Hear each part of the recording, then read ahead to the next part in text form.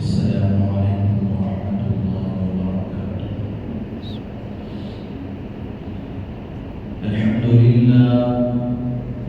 الحمد لله نحمده ونستعينه ونستغفره ونؤمن به ونتوكل عليه ونعوذ بالله من شرور أنفسنا ومن سيئات أعمالنا من يهده الله فلا مضل له ومن يضلل فلا هادي له ونشهد أن لا إله إلا الله وحده لا شريك له ولا نظير له ولا مشير له ولا وزير له ونشهد أن سيدنا وسندنا وحبيبنا وإمامنا ومولانا محمد وبارك وسلم تسليما كثيرا أما بعد فقد قال الله تبارك وتعالى في القرآن المجيد والفرقان الحميد أعوذ بالله من الشيطان الرجيم بسم الله الرحمن الرحيم محمد رسول الله والذين معه أشداء على الكفار رحماء بينهم تراهم ركعا سجدا يبتغون فضلا من الله ورضوانا سيماهم في وجوههم من أثر السجود وقال تعالى لقد رضي الله عن المؤمنين إذ يبايعونك تحت الشجرة فعلم ما في قلوبهم صدق الله العظيم وصدق رسوله النبي الكريم ونحن على ذلك لمن الشاهدين والشاكرين سبحانك لا علم لنا إلا ما علمتنا إنك أنت العليم الحكيم رب اشرح لي صدري ويسر لي أمري واحلل عقدة من لساني يفقهوا قولي اللهم صل على سيدنا مولانا محمد في أول كلامنا اللهم صل على سيدنا مولانا محمد في أوسط كلامنا اللهم صل على سيدنا مولانا محمد في آخر كلامنا ہر قسم کی تمام تعریفیں تمام بڑائیاں اور بزرگیاں خدا وحدہ ولا شریک لہ کے لیے جس کی خدائی میں کوئی شریک نہیں وہ اکیلا پروردگار ہے اس کا کوئی ساجی اور ہمسر نہیں وہ ہمیشہ سے ہے اور ہمیشہ رہے ہر پل ہر لمحہ کروڑ انگنت لامعداد درود و سلام امام الانبیاء خاتم النبیین شفیع المذنبین رحمت للعالمین تاجدار بطحا محمد عربی محمد مصطفیٰ احمد مجتبی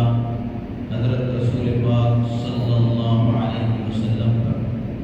یا رب صلی وسلم دائما ابدا علی حبیبک خیر الخلق کلہم معزز و محترم سامعین کرام فرزندان اسلام بہت ہی قابل قدر بزرگوں اور دوستوں یہ ذی الحج کا مہینہ ہے اور آج ذی الحج کی 18 تاریخ ہے یہ جمعہ کا دن ہے یہ مہینہ بہت ہی عظیم الشان مہینہ ہے اس مہینے کے اندر اسلام کے کئی تاریخی واقعات پوشیدہ ہیں 10 ذی الحجہ کو وہ عظیم تاریخی واقعہ پیش آیا جس میں سیدنا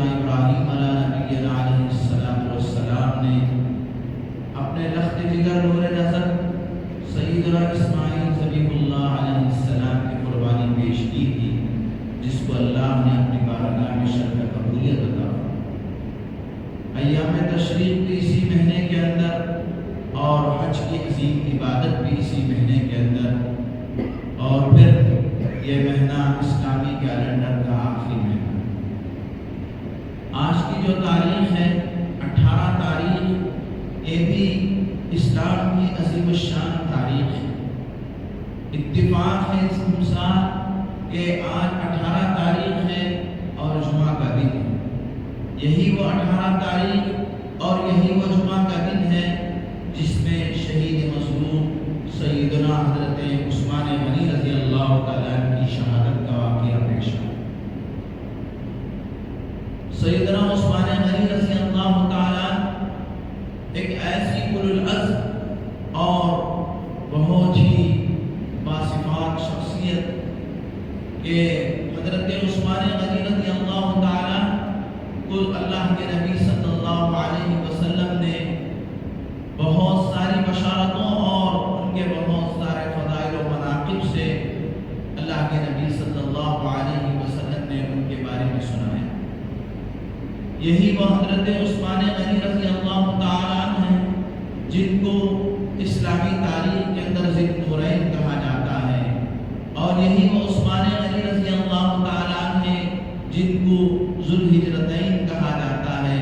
یہی وہ حضرت عثمان غنی رضی اللہ تعالیٰ عنہ ہیں جن کو ذو البشارتین کہا جاتا ہے۔ اور ذو النورین کا مطلب یہ ہے کہ دو نور والے۔ حضرت عثمان غنی رضی اللہ تعالیٰ حضور پاک صلی اللہ علیہ وسلم کی سگی پھوپھی حضرت ام حکیم البیضاء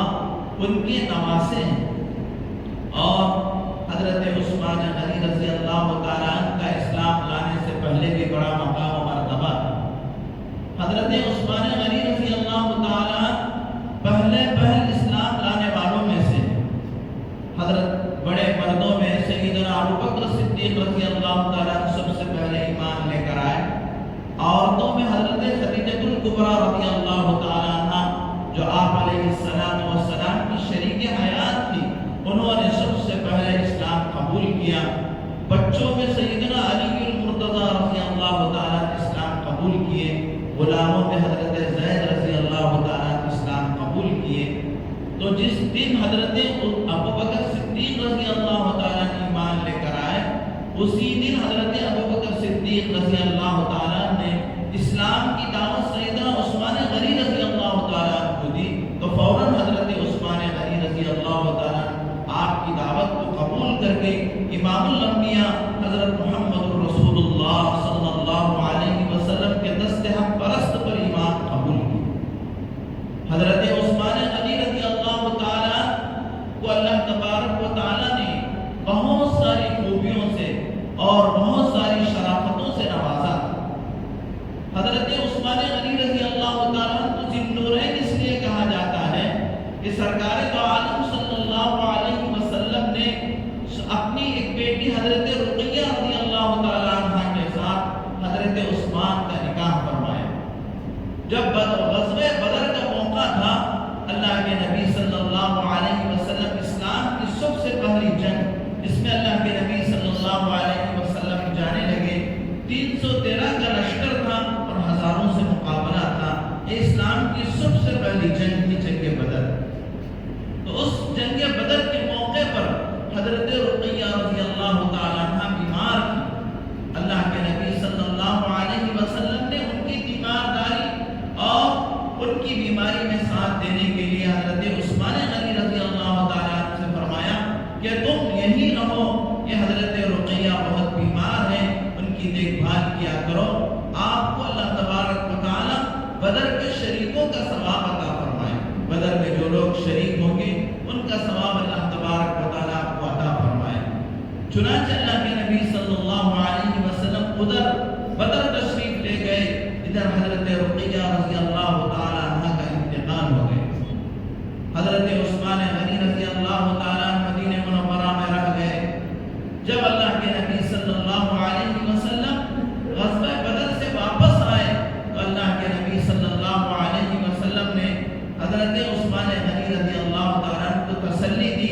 اور پھر اللہ کے نبی صلی اللہ علیہ وسلم صرف تسلی پر اکتفا نہیں کیا بلکہ اپنی دوسری بیٹی حضرت ام کلثوم کے ساتھ حضرت عثمان غنی رضی اللہ تعالیٰ عنہ کا نکاح فرما دیا۔ اللہ کے نبی صلی اللہ علیہ وسلم کی دو نور نظر، ایک حضرت رقیہ اور دوسرے حضرت ام کلثوم رضی اللہ تعالیٰ عنہما، یہ دونوں ایک کے بعد دیگرے حضرت عثمان غنی رضی اللہ تعالیٰ عنہ کے نکاح میں آئے۔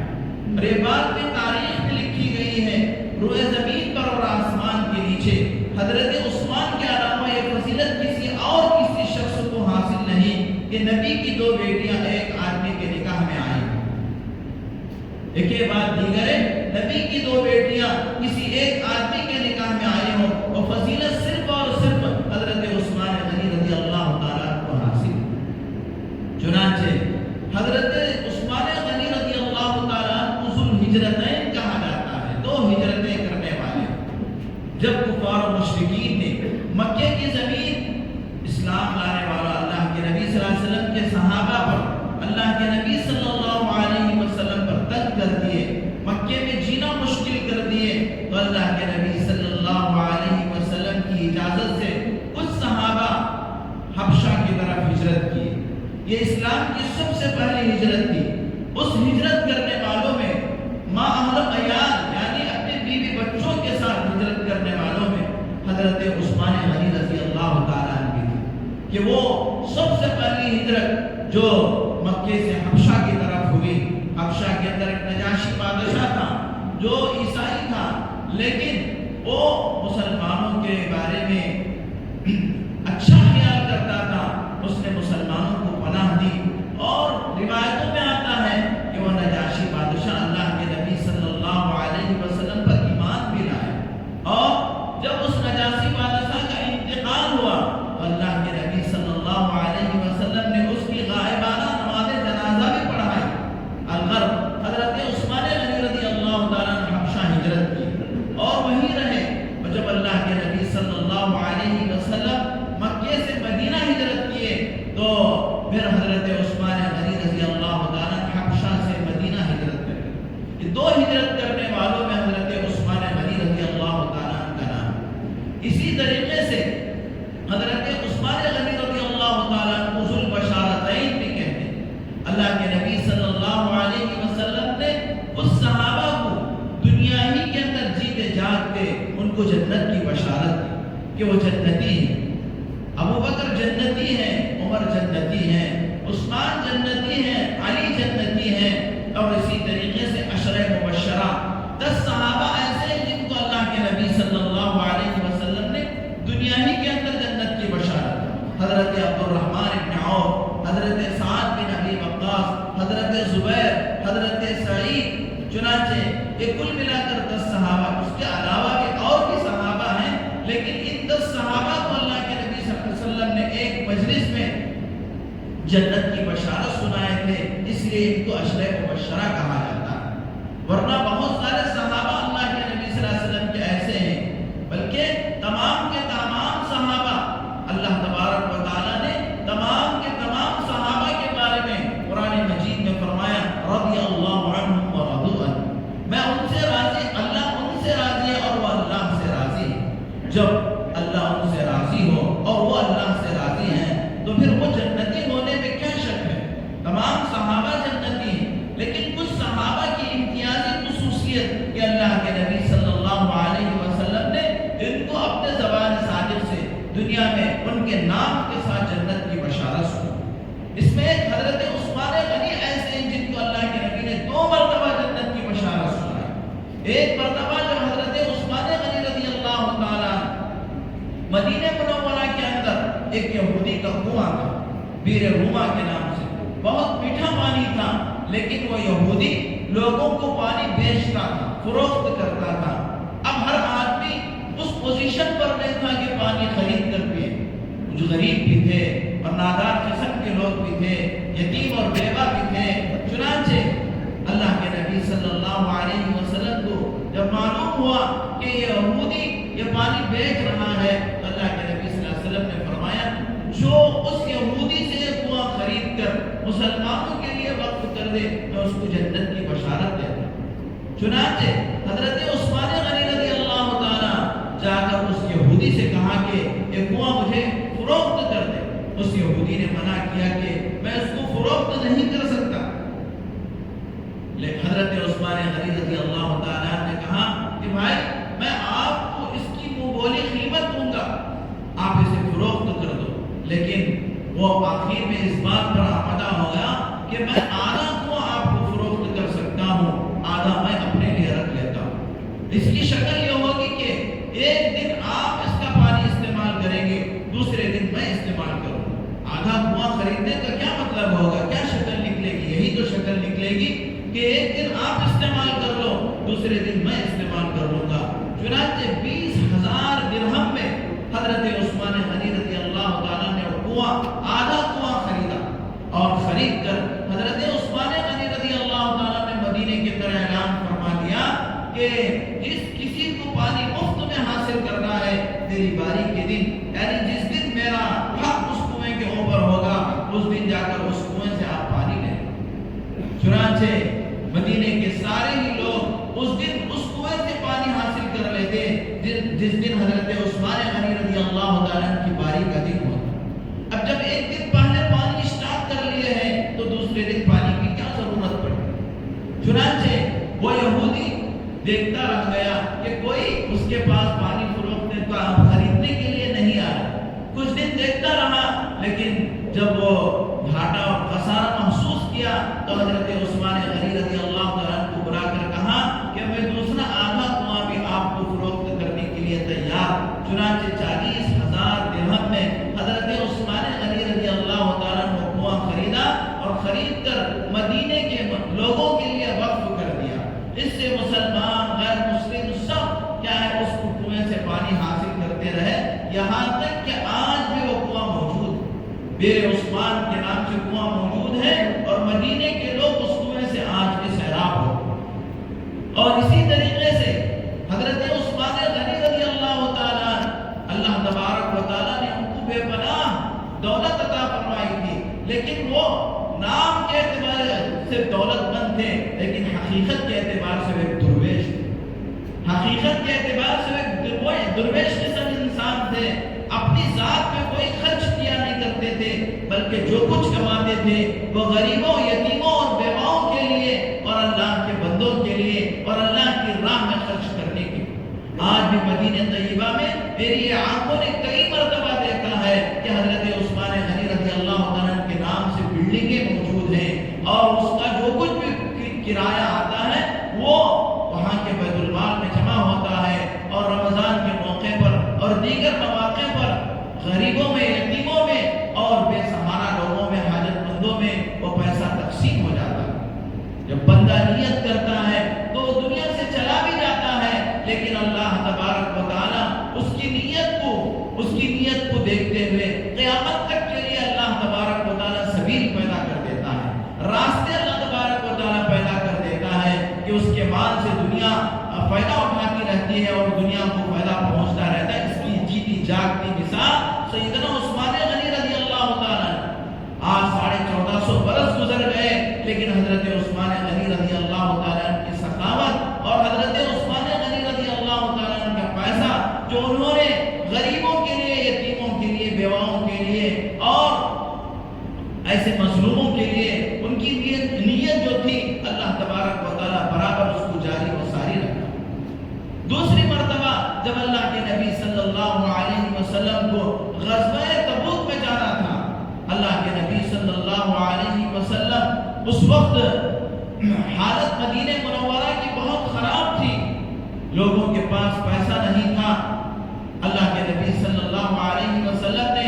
حضرت عثمان غنی رضی اللہ تعالیٰ عنہ سے فرمایا کہ آج اسلام کو, اے عثمان, تمہارے مال کی ضرورت ہے, اسلام کو تمہارے مال کی ضرورت ہے. تو سیدنا عثمان غنی رضی اللہ تعالیٰ, اللہ اکبر, 100 اونٹ اور 500 گھوڑے اور اس کے علاوہ بہت سارے دینار و درہم لا کر اللہ کے نبی صلی اللہ علیہ وسلم کی خدمت میں پیش کیے. اللہ کے نبی صلی اللہ علیہ وسلم ان درہموں کو الٹ پلٹ کر رہے تھے اور کہہ رہے تھے, اے عثمان, آج کے بعد تیرے لیے کوئی چیز ضرورت نہیں پہنچ جائے گی, تو جنت میں جانے سے کوئی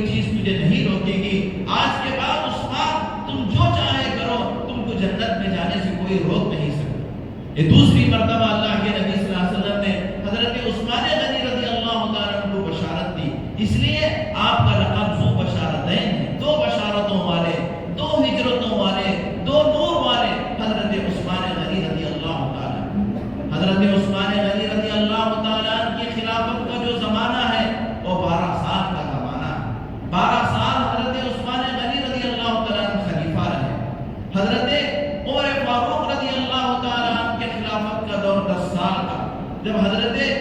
عمر فاروق رضی اللہ تعالیٰ کو اللہ کے نبی صلی اللہ علیہ وسلم کی مسجد نبوی کے اندر ایک مجوسی نے مسجد کے محراب میں چھپ کر بیٹھا تھا. فجر کی نماز کے وقت میں حضرت عمر فاروق رضی اللہ تعالیٰ کو شہید کر دیا گیا. آپ پر پرچہ مارا گیا اور آپ مصلی رسول صلی اللہ علیہ وسلم پر زخمی پڑ گئے اور آپ کے معدے پر زخم لگا تھا، جس کی وجہ سے جو بھی کھایا جاتا وہ معدے سے باہر نکل جاتا. حضرت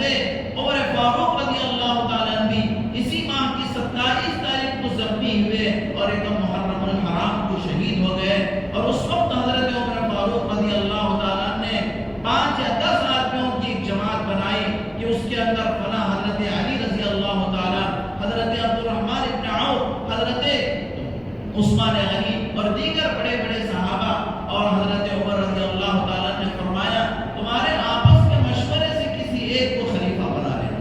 چنانچہ سب کی ایک رائے کہ حضرت عثمان غنی رضی اللہ تعالیٰ کو خلیفہ بنایا گیا. اس لیے کہ خلیفوں کے اندر جو صفات عدم طریقے پر موجود ہونا ہوتے ہیں وہ تمام کے تمام حضرت عثمان غنی رضی اللہ تعالیٰ کے اندر موجود. حضرت عثمان غنی رضی اللہ تعالیٰ کو خلیفہ بنایا گیا. آپ کی دور خلافت 12 سال ہے، یعنی آپ کی خلافت کا دور جو ہے وہ 12 سال. 6 سال تو حضرت عثمان غنی رضی اللہ تعالیٰ کے اتنے بہتر طریقے پر گزرے کہ ان 6 سالوں کے اندر کئی ملکوں کو حضرت عثمان غنی رضی اللہ تعالیٰ نے فتح کیا. بہت سارے ملکوں کو فتح کیا اور بہت سارے علاقوں کو اسلامی حکومت میں داخل کیا. اور حضرت عثمان غنی رضی اللہ تعالیٰ کو اللہ تبارک و تعالیٰ نے بے پناہ صلاحیتوں سے نوازا تھا. لیکن یہ چیز حضرت عمر رضی اللہ تعالیٰ کے دور سے ہی یہودی لابی، یہودی اور مجوسیت اور نصرانیت کے تینوں کے تین اسلام کے اصلی جو دشمن ہیں، اسلام کے اصلی جو دشمن ہے وہ ایک یہودی ہے اور دوسرا نصرانیت اور تیسرا مجوسیت. اب انہی کا یہ تینوں کے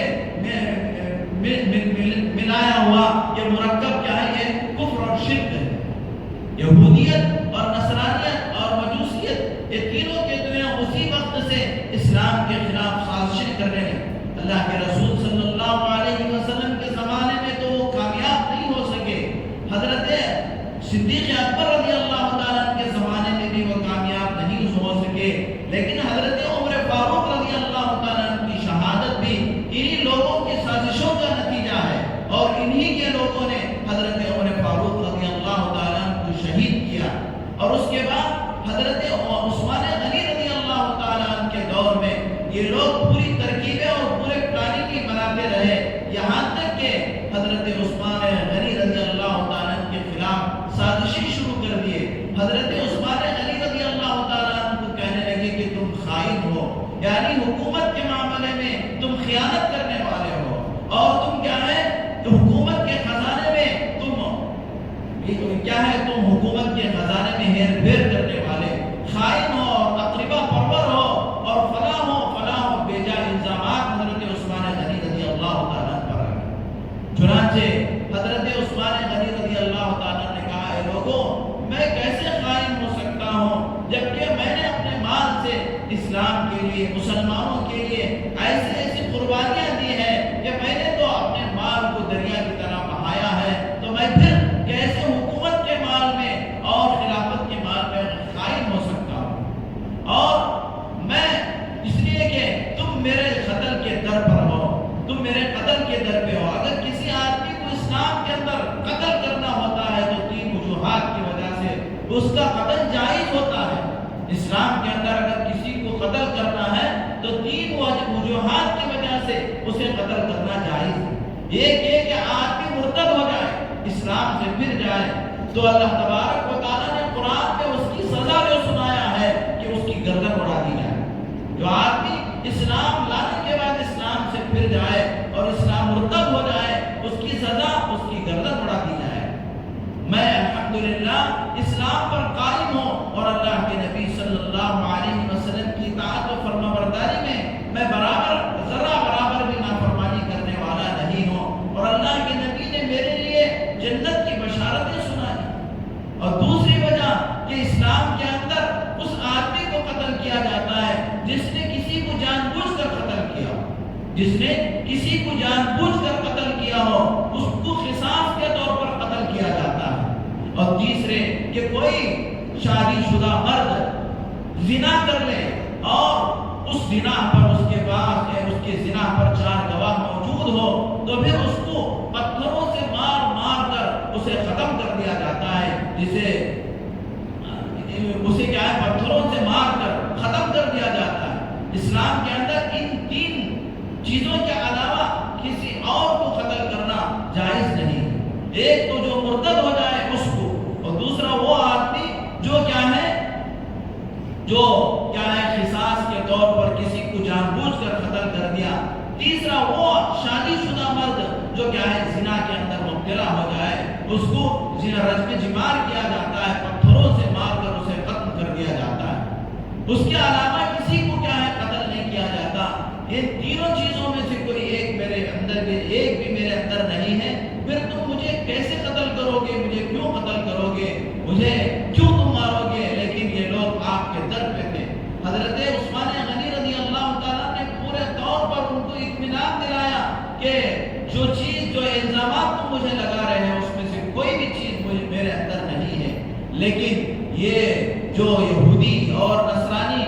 یہ عبداللہ ابن سبا جو کیا ہے مصر روم سے آیا ہوا تھا، مسلمانوں کا چوغا پہن کر، بڑی داڑھی رکھ کر، کتابوں کے اندر لکھا ہے اتنی بڑی داڑھی رکھا ہوا تھا، اور جبہ قبہ پہن کے ہاتھ میں تسبیح لے کر لوگوں کو کیا ہے دھوکے میں ڈال کر یہ منافق حضرت عثمان غنی رضی اللہ تعالیٰ کے خلاف سازشیں بنانے لگا، سازشیں کرنے لگا، اور لوگوں کو حضرت عثمان غنی رضی اللہ تعالیٰ کے خلاف اکسانے لگا۔ حضرت عثمان غنی رضی اللہ تعالیٰ جب یہ لوگ کسی طریقے سے حضرات صحابہ کرام، حضرت معاویہ رضی اللہ تعالیٰ ملک شام کے اندر تھے، انہوں نے حضرت عثمان غنی رضی اللہ تعالیٰ کو خط لکھا کہ آپ چند دنوں کے واسطے ملک شام آ جائیے تاکہ یہ فتنے دب جائیں، اس کے بعد پھر آپ مدینہ چلے جائیں۔ تو حضرت عثمان غنی رضی اللہ تعالیٰ نے حضرت معاویہ رضی اللہ تعالیٰ سے پوچھا، ایک شرط پر میں ملک شام آ سکتا ہوں، وہ شرط کیا ہے کہ مجھے کبھی موت نہ آئے۔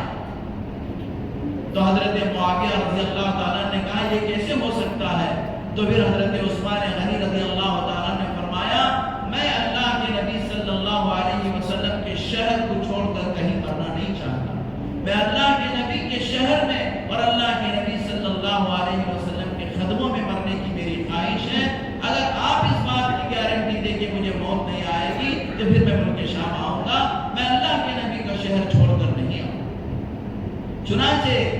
حضرت علی رضی اللہ تعالیٰ جو کیا ہے حضرت علی رضی اللہ تعالیٰ نے حضرت عثمان غنی رضی اللہ تعالیٰ سے فرمایا، حضرت عبداللہ ابن سلام بھی حضرت علی رضی اللہ تعالیٰ کے ساتھ موجود تھے۔ امیر المومنین آپ حکم فرمائیے ان لوگوں کو، یہ لوگ جو آپ کے خلاف سازشیں کر رہے ہیں یہ مٹھی بھر ہیں، کچھ لوگ ہیں، اگر آپ اجازت دیں تو ہم ان کو مسل کر رکھ دیں گے، ان کو ختم کر دیں گے۔ حضرت عثمان غنی رضی اللہ تعالیٰ نے فرمایا، میرے ایک کی وجہ سے مدینے کے اندر خون بہے یہ مجھے پسند نہیں ہے، میں اپنی جان کو اللہ کے سپرد کر سکتا ہوں، لیکن اللہ کے نبی کے شہر میں خون خرابہ ہو، اللہ کے نبی کے شہر کی زمین خون سے رنگین ہو، یہ مجھے پسند نہیں۔ حضرت علی رضی اللہ تعالیٰ نے فرمایا، ہم نے ہمارے آقا حضرت محمد رسول اللہ صلی اللہ علیہ وسلم سے سنا ہے کہ امیر کی اطاعت ضروری ہے۔ اللہ کے نبی صلی اللہ علیہ وسلم کا یہ فرمان ہمارے ہاتھوں کو جکڑے ہوئے ہیں، ورنہ ہم ان کو مسل کر رکھتے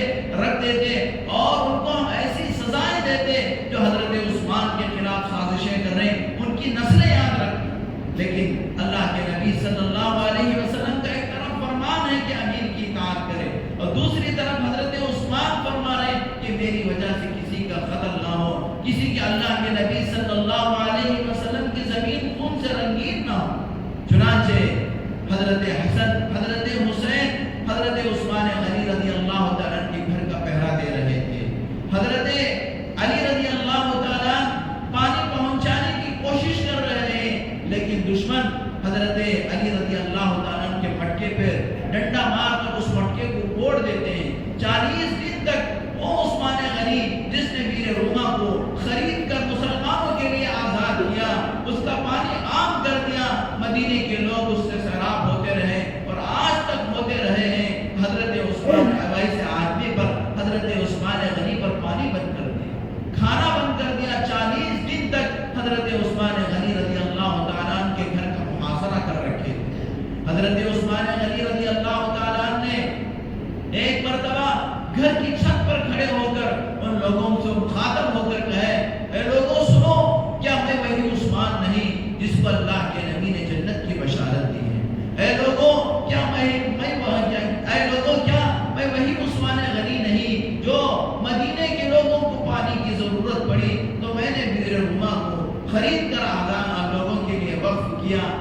اور حضرت عثمان غنی رضی اللہ تعالیٰ نے فرمایا، میرا کیا جرم ہے کہ میں نے تمہارے ساتھ کیا ظلم کیا؟ اللہ کے نبی صلی اللہ علیہ وسلم نے مجھے اتنی بشارتیں سنائی، اس کے باوجود تم میرے قتل کے در پہ ہو۔ چنانچہ حضرت عثمان غنی رضی اللہ تعالیٰ عصر کے وقت بلوائیوں نے آپ کے گھر سے چڑھا، آپ کے گھر کے اوپر سے چڑھائی کر کے 5 لوگ تھے جو سب کے سب منافق تھے، حضرت عثمان غنی رضی اللہ تعالیٰ کے گھر میں گھس کر حضرت عثمان غنی رضی اللہ تعالیٰ پر وار کیے، اور حضرت عثمان غنی رضی اللہ تعالیٰ کو جب پہلی چوٹ سر پہ لگی تو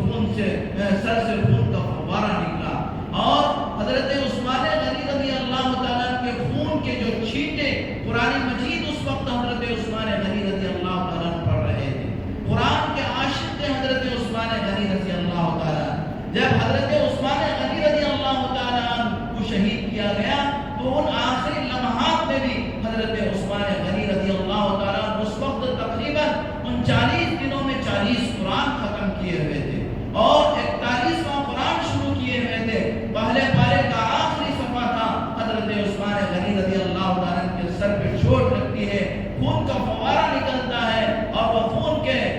چھینٹے قرآن مجید کے ان الفاظ پر پڑھتے ہیں جس میں اللہ تعالیٰ فرماتے ہیں فَسَيَكْفِيكَهُمُ اللَّهُ وَهُوَ السَّمِيعُ الْعَلِيمُ۔ ان ظالموں کے لیے اللہ کافی ہے، وہ جاننے والا ہے، وہ سننے والا ہے، ساری چیزوں کو وہ دیکھ رہا ہے۔ اللہ تبارک و تعالیٰ ان تمام ظالموں کو کل قیامت کے دن کیا ہے اس کا بدلہ اللہ تبارک و تعالیٰ ضرور لیں گے۔ چنانچہ میرے دوستو، جب حضرت عثمان غنی رضی اللہ تعالیٰ نیچے گرے ہیں تو قرآن آپ سے اور حضرت عثمان غنی قرآن سے چمٹے ہوئے ہیں، گویا کہ حضرت عثمان غنی آخری وقت میں بھی قرآن سے محبت کا پیغام دے کے جا رہا ہے۔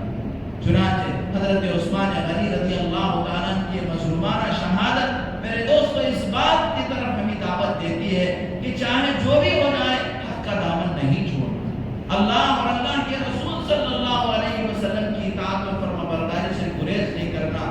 مر رہے ہیں، شہید ہو رہے ہیں، لیکن اللہ کے نبی صلی اللہ علیہ وسلم ایک دن پہلے حضرت عثمان غنی رضی اللہ تعالیٰ کے خواب میں آئے اور آ کر حضرت عثمان غنی رضی اللہ تعالیٰ سے فرمایا، اے عثمان اگر چاہیں تو ہم تمہارے دشمنوں پر تمہیں غلبہ دے دیں گے، اور اگر چاہیں تو آپ افطاری ہمارے ساتھ آ کے کر لینا، افطاری ہمارے ساتھ آ کے کر لینا۔ حضرت عثمان غنی رضی اللہ تعالیٰ روسی سے تھے۔ حضرت عثمان غنی رضی اللہ تعالیٰ نے فرمایا، اللہ کے رسول میرا جی چاہتا ہے کہ میں آپ کے ساتھ آ کر روزہ افطار کروں۔ چنانچہ حضرت علی رضی اللہ تعالیٰ نے آ کر کہا، اگر آپ چاہیں تو ہم ان کا مقابلہ کریں گے، لیکن حضرت عثمان غنی نے فرمایا، میرے آقا مجھے خواب میں آئے تھے اور میں نے اللہ کے نبی صلی اللہ علیہ وسلم سے کہہ دیا کہ آپ کے ساتھ میں افطار کروں گا، میں گمان کرتا ہوں کہ میری زندگی کا آخری دن ہے اور میں روزہ افطار کیا ہے برزخ میں اللہ کے نبی صلی اللہ علیہ وسلم کے ساتھ کروں۔ اور بھی بہت سارے باتیں ہیں میرے دوستو حضرت